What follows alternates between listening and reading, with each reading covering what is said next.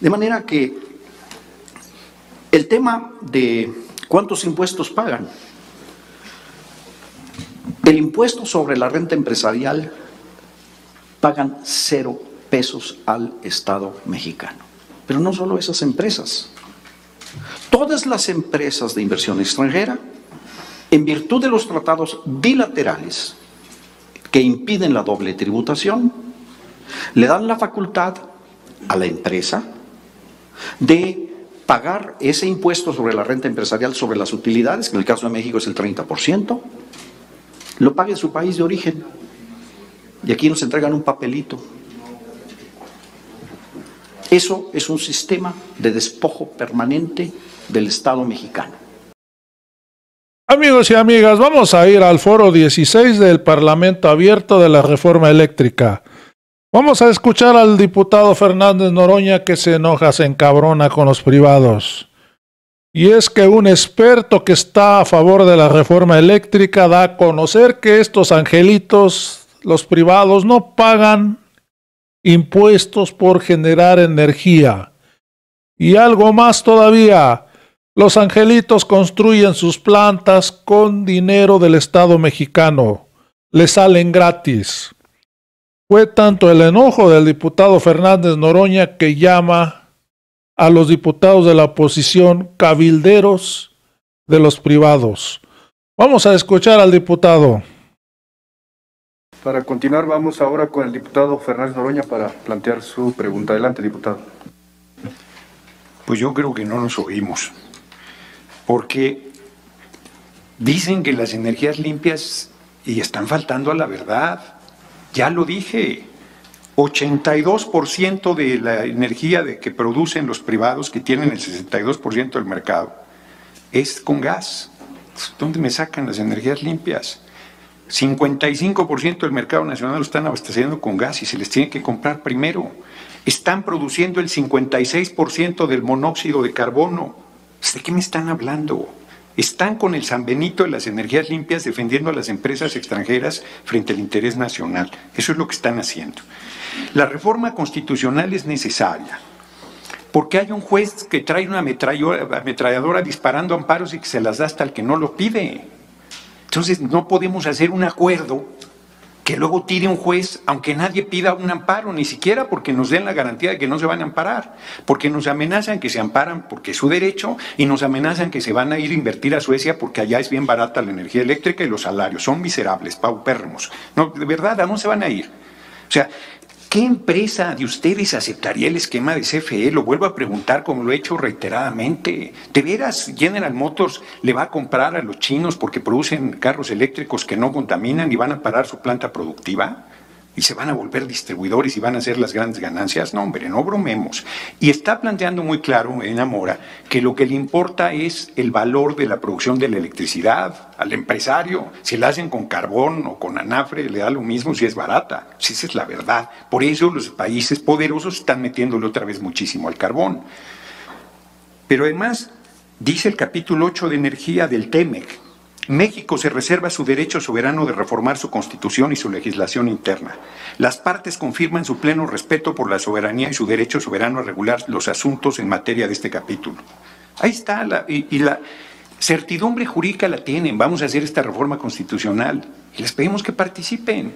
Pues eso es lo que estamos planteando, pero que dejemos las mentiras a un lado, que dejemos la tergiversación. ¿Cuánto pagan, Alberto Montoya, de impuestos las 4 empresas extranjeras que tienen el oligopolio de la empresa eléctrica mexicana? ¿Cuánto pagan? ¿Por qué consideran limpia solo la eólica y la fotovoltaica, Alberto Montoya? ¿Por qué no consideran la hidroeléctrica y la geotermia como limpia? ¿Por qué tenemos que comprarle, Raúl Talán, por qué tenemos que comprarle primero a los privados que producen con gas sobre nuestras energías limpias? Y finalmente, pregunto, antes que se me acabe el tiempo, a José Medina Mora, ¿por qué le tiene miedo a la reforma constitucional? No es una reforma constitucional para cambiar el sistema económico al comunismo, no existe en ningún lugar del mundo, ni aunque los que llamen comunistas no lo son.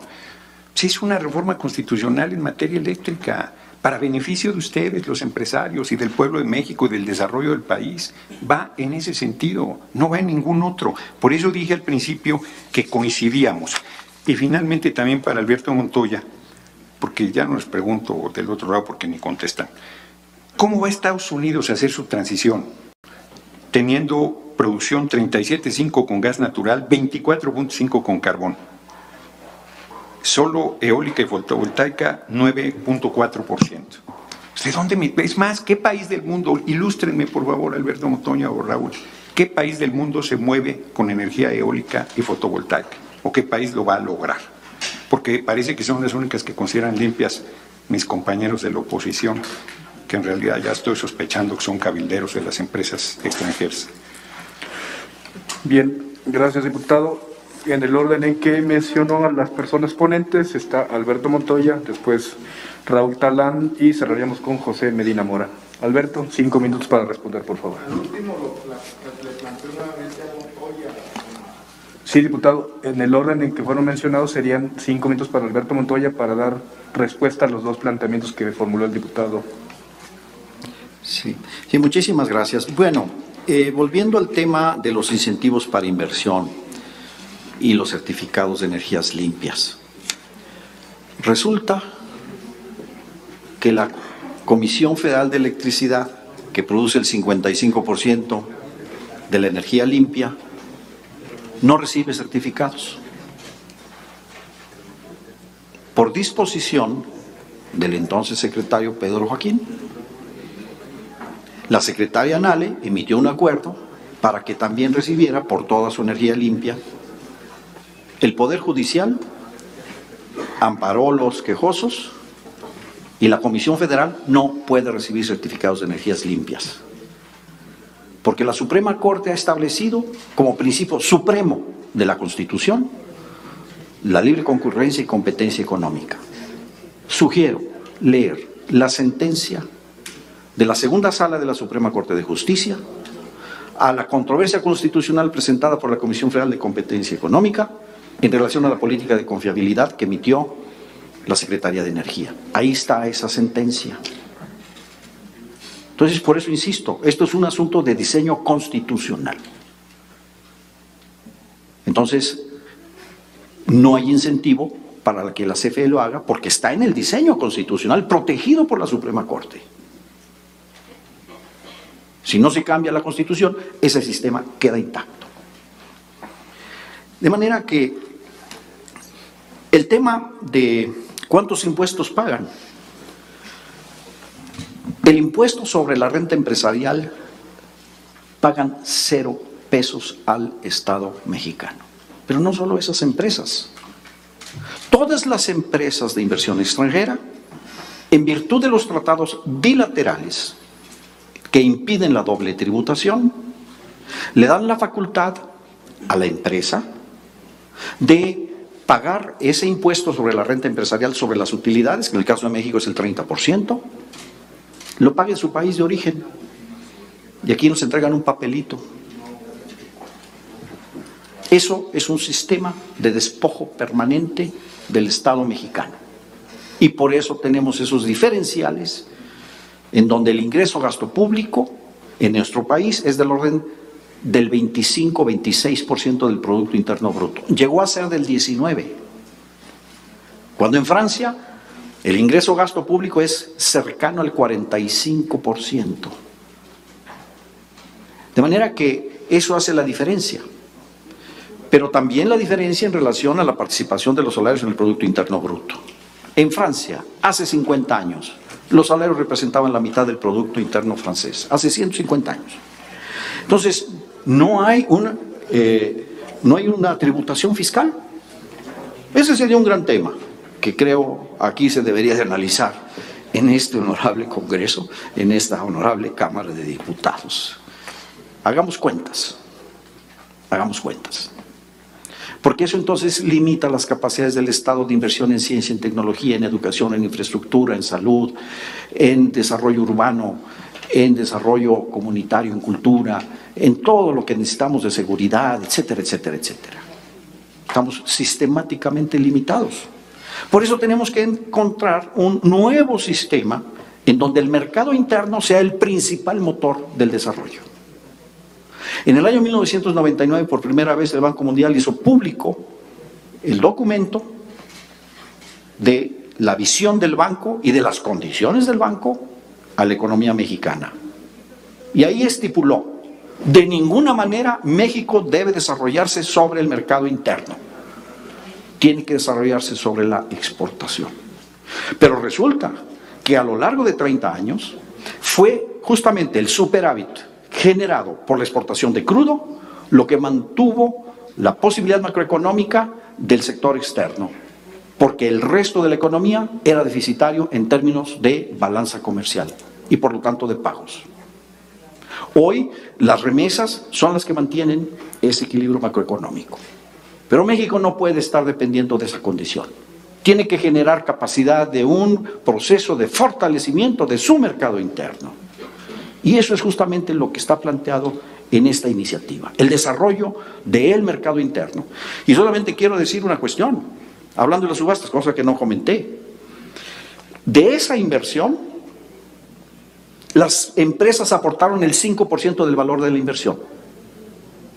Los fondos de inversión extranjeros, como BlackRock, 20%. 75% de esas inversiones son con ahorro nacional, 35% de ese 70% de la banca de desarrollo de México. Entonces la banca de desarrollo sí tiene dinero para financiar inversiones o coinversiones con BlackRock, pero no tiene inversiones para financiar a las empresas de capital nacional. ¿Qué pasa ahí? Entonces por eso aquí se plantea financiamiento nacional, mercado interno como dos grandes palancas de desarrollo. Así funcionan las potencias. Se hablaba cómo le está haciendo Estados Unidos, exactamente así. Desarrollo del mercado interno, concluyendo, Alberto, por con favor. compras de gobierno.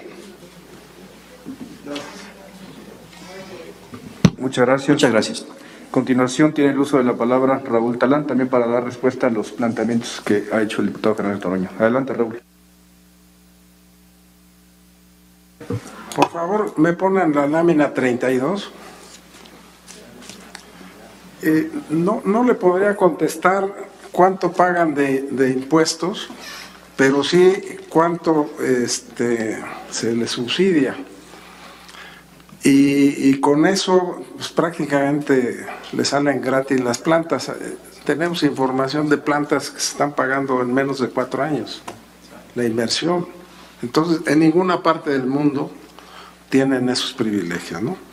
Ahí tienen ustedes los subsidios para la generación renovable.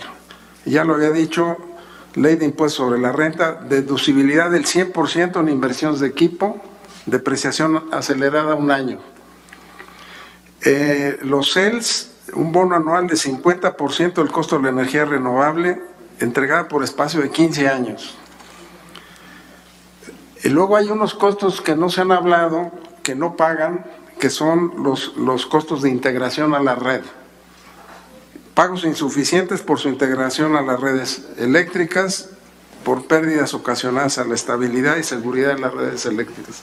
Eso es un subsidio enorme.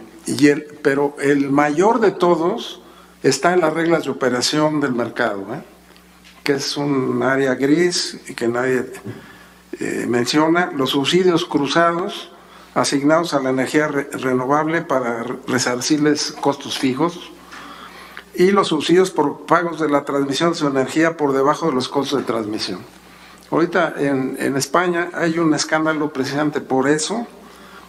Se incrementaron las tarifas enormemente y todos están investigando sobre los subsidios y nadie ha podido cuantificar los subsidios cruzados por cobrarles a partir del costo marginal local, darles preferencia, y lo que eso representa le llaman en España los beneficios caídos del cielo.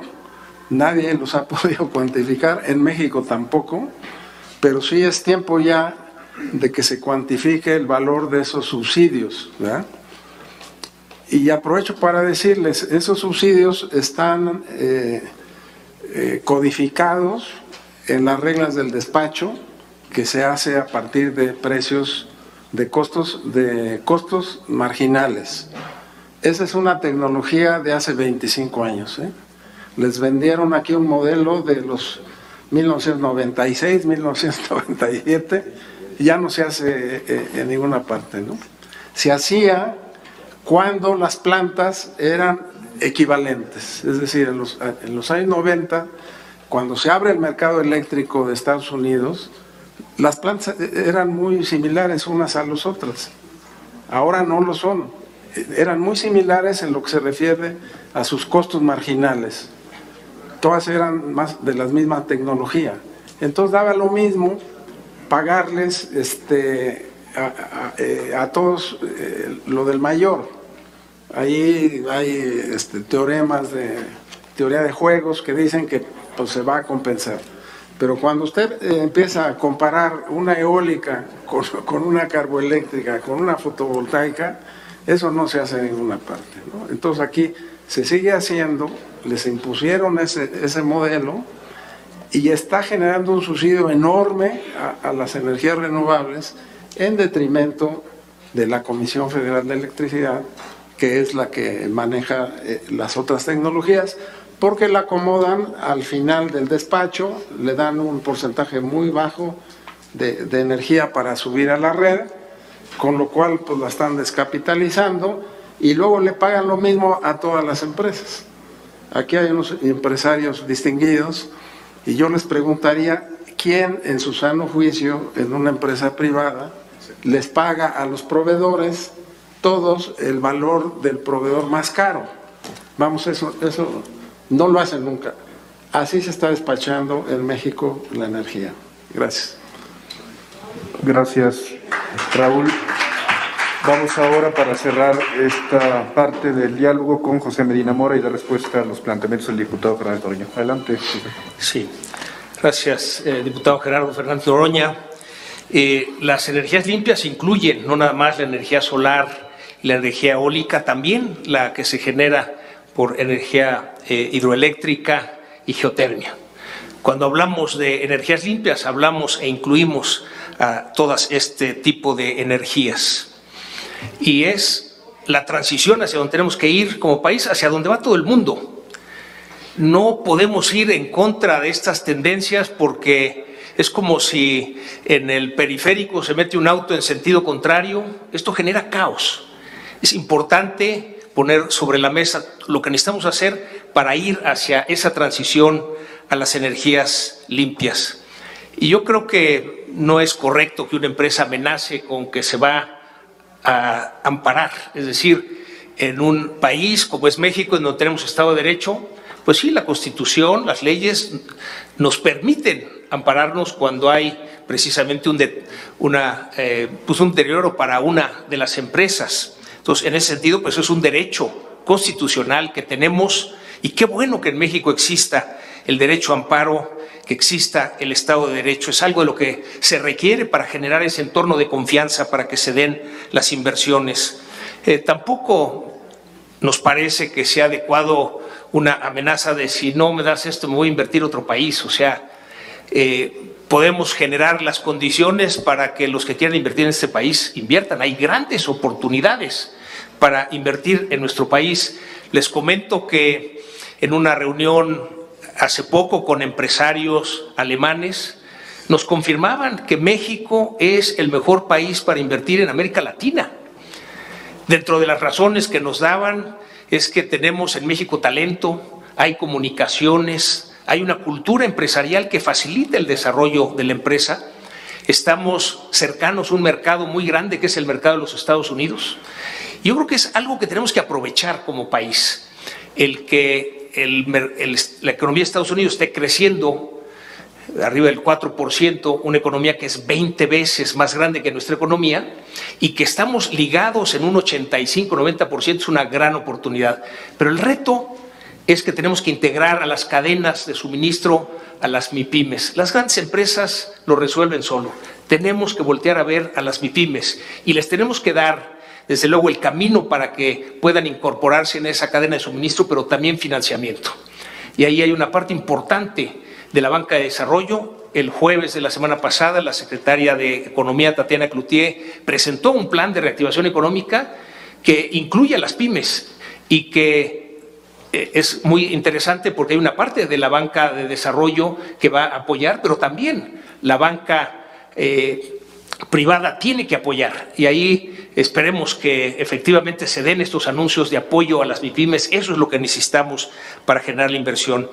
No hay un miedo a la reforma constitucional. En este país ha habido más de 800 reformas constitucionales y desde luego una vez que está hecha la reforma, eso es lo que tiene que defender la Suprema Corte de Justicia de la Nación, es decir, que sea constitucional.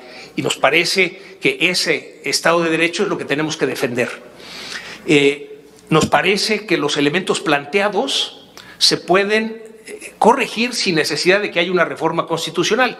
Y ese es el punto que ponemos sobre la mesa. Será discusión de ustedes. El hecho de que sea reforma constitucional, pues trae el beneficio de la discusión de las distintas fuerzas políticas del país para llegar a esos consensos y que se apruebe la reforma constitucional.